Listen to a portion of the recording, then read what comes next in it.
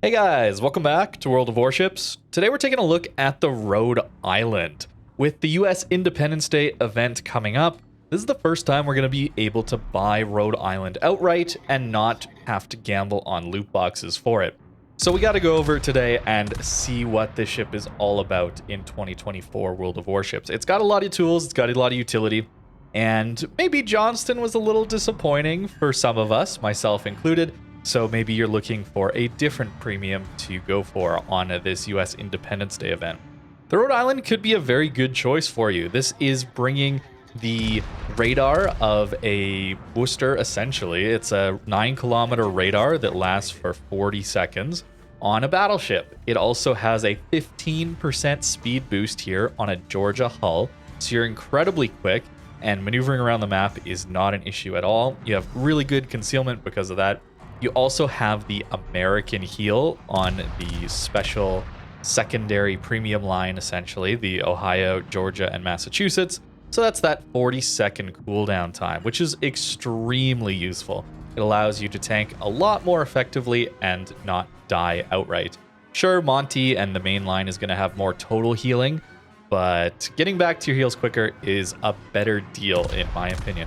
Also, the damage control being an American battleship, you get that longer duration on it as well, which is very nice. Looking at these guns, you may notice that they're a little bit on the small side, and that is the case. They are actually Florida guns coming up from Tier 7, so that's 356 millimeter guns. You get 12 of them. So with battle cruiser dispersion here, you should be landing a lot of shells. Very interesting here to note that the HE, which you're going to see in this first match, is kind of absurd, is some of the best HE spamming battleship in the entire game.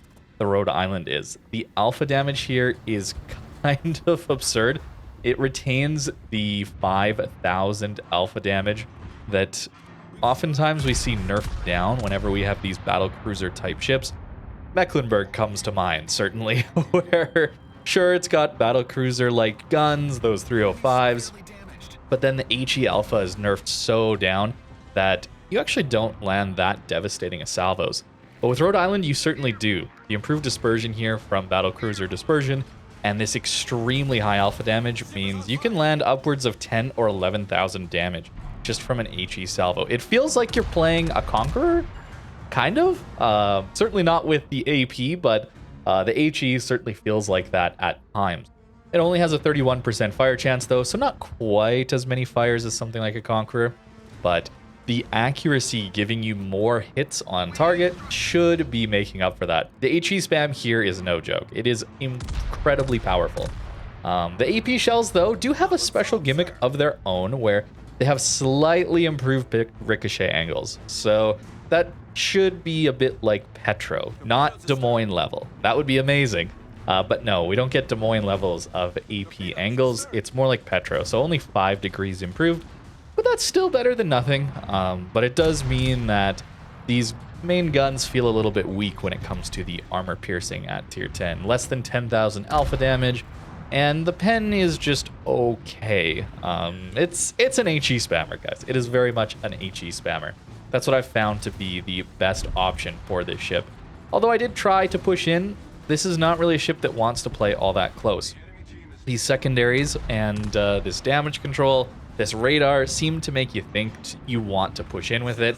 The secondaries, by the way, are basically carbon copy of Georgia, so they do have that improved accuracy, as well as not quite having that Ohio level fire chance, but still are very strong secondaries.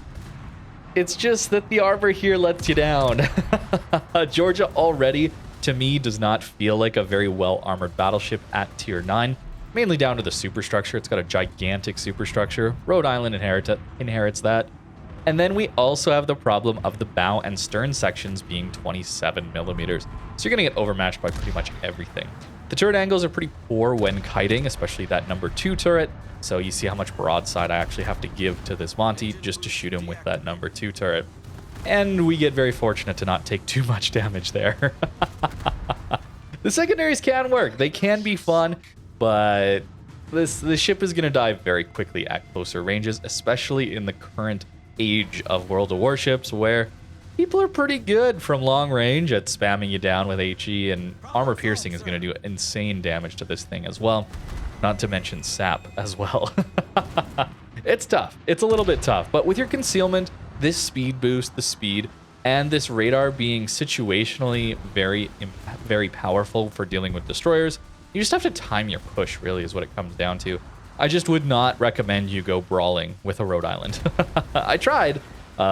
Not recommended. Not recommended. There'll be certain times where you can make it work, but I think it's more impactful in the late game. It's a lot like a battle cruiser or even a cruiser playstyle where you're going to try and save your HP in the early game so that then in that later portion of the game, you can use the extra healing power that this ship does have, because you're not going to bounce shells. You're not really going to be tanking that way. You're just going to be eating damage, so you just need to out-heal it. And in the late game, you can kind of get away with that. And you should be burning down those battleships relatively well with these main guns, and it does okay at that. The problems, though, come in when we look at battle impact from just HE farming battleships. That is almost, or it probably is, the least impactful damage you could possibly have. In this game, for example, we're up to 180,000 damage. Not too bad for being, 8 minutes into this game. And yeah, our team is just getting absolutely blown out. So sure, I've got damage, yes, but it's not really the most impactful damage in this match. So maybe pushing better to get my radar online would be a better idea. But I found that you just die too quickly if you overcommit for that radar early on. So this one definitely going to end in defeat here, and I think I die to this sap here as well, just because, well, we're a pretty large target with that superstructure especially. It's quite difficult to be playing a Rhode Island and trying to push up, but not really having the armor to support it. So it's a little awkward to play at times. So I'm not a huge fan of this ship. If you'll remember when this ship came out, I really didn't like it. And that hasn't changed too much. I'm probably not as passionate about disliking this thing anymore, but the problem comes into the price with a ship like this. A tier 10 premium is always going to be very expensive.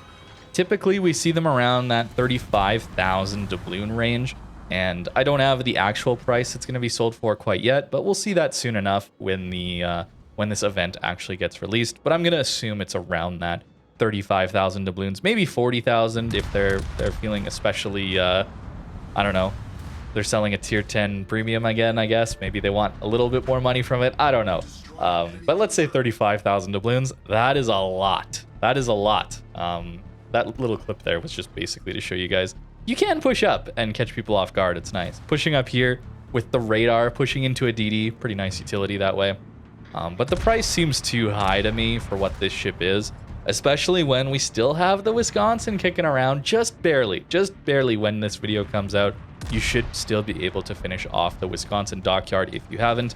And this is something I've talked about over the last month, that it's a lot of money to finish off that dockyard if you didn't have any progress. But if you're a little ways into that dockyard and the costs are similar to finish off the Wisconsin dockyard or to just outright buy the Rhode Island, I would rather have a Wisconsin, just to be totally honest with you guys. I like that ship far more than the Rhode Island, just because the gimmicks there feel very impactful and useful at tier 10, where Rhode Islands feel, it's just a little compromised. It's a little too compromised for my liking at these high tier games, which are typically more passive. You don't have the HP, you don't have the armor that, well, a Wisconsin would.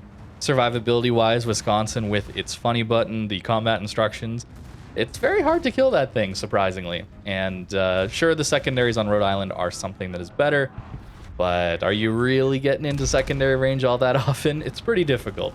I guess that means it's similar to secondary brawling battleships at high tier, unless you want to be just HE spamming from the back of the map. But the ship could be really nasty in a ranked season, maybe clan battles.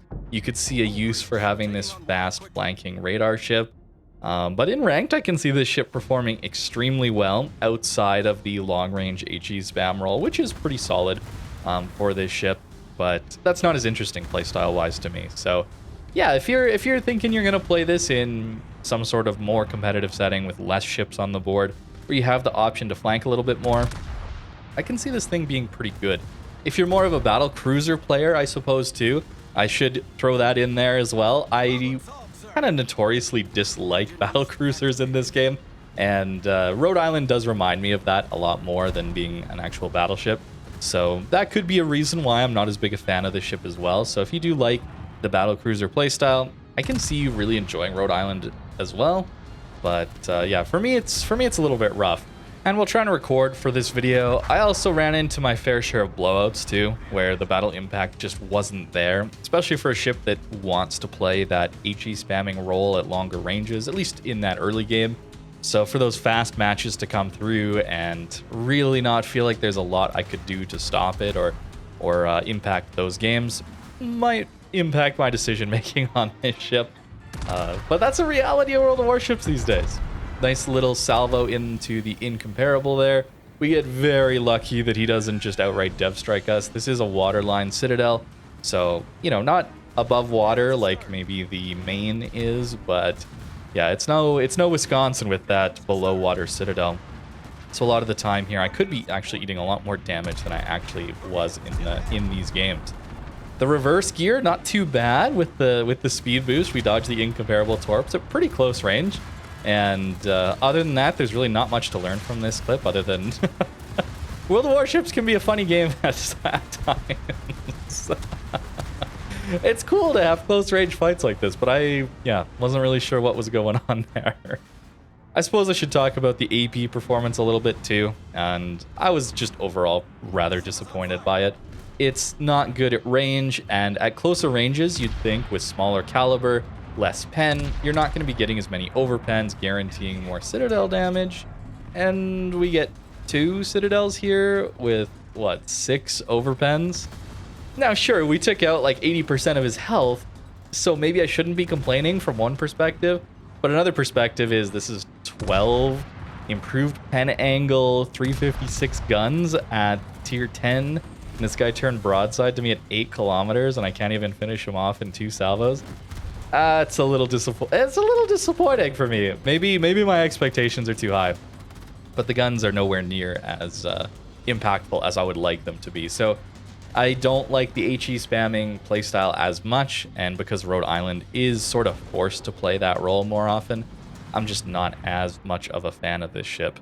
Maybe in a div, this ship would be very good, very impactful, having that extra radar on a battleship that is a little tankier than a cruiser. Or if you manage to use some smoke screens to push up aggressively with your division, that could be a really cool way to get the close range impact this ship can have with these guns and this AP and this radar and the secondaries without dealing with that lacking of survivability. Maybe that's an option, but you do have to play in a div then to make that work. I don't know.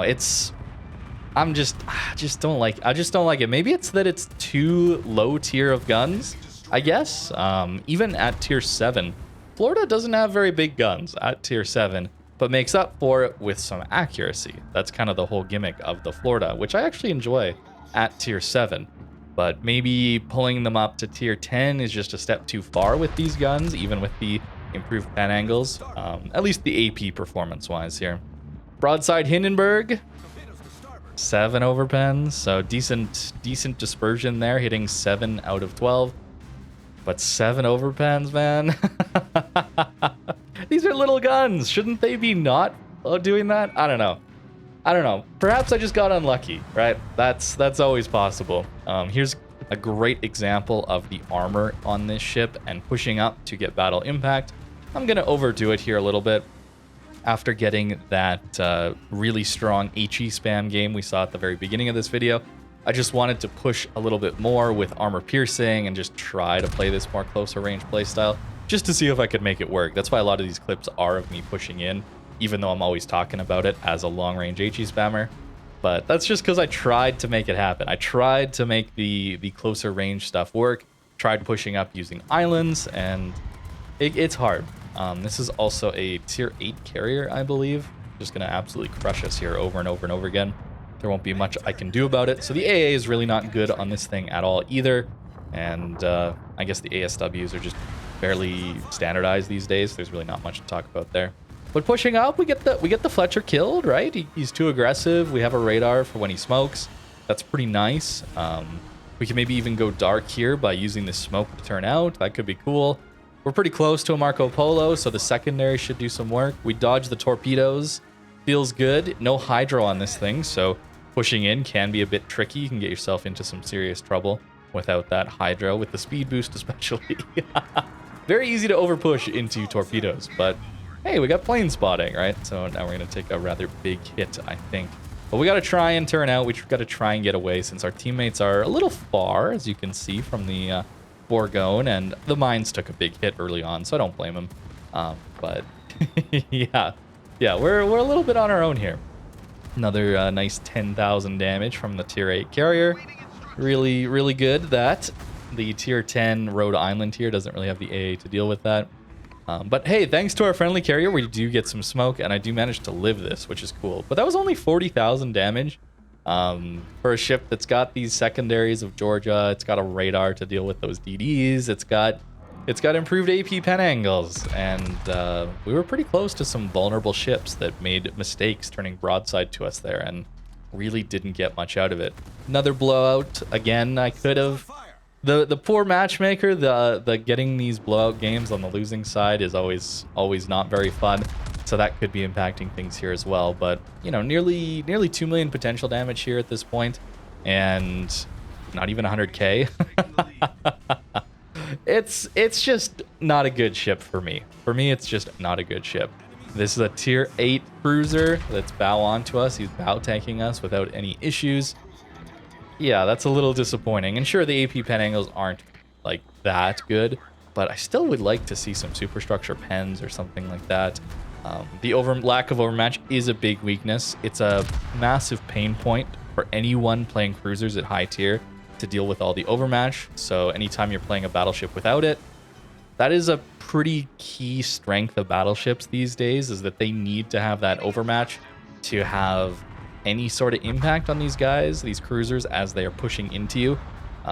Otherwise, yeah, this is what happens, right? They just bow tank you and you just bounce everything. Or maybe a few overpens, I suppose. 2 million potential damage feels kind of good. I'll admit I got a little frustrated with this ship, so that's what this game is. I got frustrated that nothing was going well. So what if I just full send a ranked game? Or not a ranked game. It looks like a ranked game a bit because of the lacking of players. Thank you, North America Matchmaker with super ships. We get those small games every once in a while. So full send, and we catch we catch an Annapolis broadside and take half his health off with just our front guns. Feels good, man. And then the radar keeps him lit, and our teammates should help us finish him off. So that's a pretty nice start to this match, and I'm just going to keep pushing because just a little tilted. Just going to push in and see if I can make something work with this thing. It's okay. It's okay. I just think you're going to be spending so much on it, and you could get a Wisconsin instead, perhaps. If you're already on the fence about the Wisconsin. You probably already have it if you're going to have it, though, to be fair. And Wisconsin, to buy out the full dockyard is an insane amount of money, even compared to a tier 10 premium. So that is a much harder thing to decide. And, you know, disposable income is certainly at a premium these days, given how things are going in the world. So I understand that this is a very expensive thing to buy. And with Rhode Island, I just don't think it's really all that worth it. And even Wisconsin is very, very expensive if you're going to spend that full 35,000 doubloons that a Rhode Island potentially is just on the dockyard instead. Maybe there's options to play similar ships or for free just in the tech tree. Maybe not with an American battleship with this combination of radar, a bunch of accurate smaller guns. Finally get a dev strike. Took me forever to get a dev strike against a cruiser. This is what these guns are supposed to be good at, right? It took me so long to actually get a dev strike on a cruiser with these guns. They're just too small, not dealing quite enough damage. It's tough. It's tough, man. I don't like this one, but I will show you guys the builds that you could try. And certainly we got to go over the armor of this thing, as it is also pretty bad. It's entirely possible that it's just not the playstyle for me when it comes to the Rhode Island here, but I don't know. I don't see this thing being that powerful. Although I guess if they made it what I want, which is a more accurate More impactful AP spammer. Maybe it's just too good then if it just auto dev strikes things with these small guns when it goes broadside. I don't know. But this 27 mil bow and stern is certainly a massive weak point that even Georgia doesn't have to deal with that at tier 9. I'm not sure necessarily why this was the case. The superstructure is already big enough that, I mean, it just takes so much damage. Outside of German battleships, I mean, even with German battleships in the game, the Georgia, Rhode Island maybe take more damage to their superstructure than even German battleships do. I don't know, it's close. The fact that it's even comparable to me in the same conversation is a bad sign, as that's one of my main complaints about German battleships trying to brawl it out, and then, yeah, they just got that massive weak point up top. I was getting a little bit, I don't know, trying to see what the secondaries could do. They did okay damage here and there, but Georgia secondaries are fine. The accuracy's good, but you don't get the pen for battleships, and the time it takes for them to spool up these days against destroyers, you know, it's not like you're going to get a lot of damage out of them during your radars, although there's a little bit there. So I think, though, playing for a more long-range build, not going for secondaries at all, maybe going Furious and just really leading into that long-range HE spammer role would be just better for the ship. Less fun playstyle-wise, in my opinion. That's just for me. Brisk can be very useful on this thing, but the Turchiverse kind of struggles without this improved grease the gears. At closer ranges, it can feel a little bit sluggish. Concealment-wise, awesome, 12.3. Battleships having like heavy cruiser detect is kind of crazy. At least this one doesn't have all the overmatch, but you know, Vermont is pretty close to this conceal and has 30 mil overmatch. That's a conversation for another time, though. The power creep of battleship concealment and then combined with overmatch is almost impossible to play against for a cruiser. But the HP is pretty low on this one as well, so you do have to play it rather passive. Yeah, secondary build can work on some of these American ones just because you don't have the accuracy in the third slot. It's over here. I did try a game or two with reload, and you still want the accuracy, in my opinion. 11% is quite a bit, and hitting more shells is much more impactful than shooting a little bit early. Range mod, though, plus accuracy mod, you get that dispersion down, get nice range to spam out this high explosive that deals really, really powerful damage, decent fire chance. It can be good. It can be good. Just not my ship. Just not my ship. If you enjoy it, though, by all means, continue to enjoy it and ignore what the YouTube guy has to say.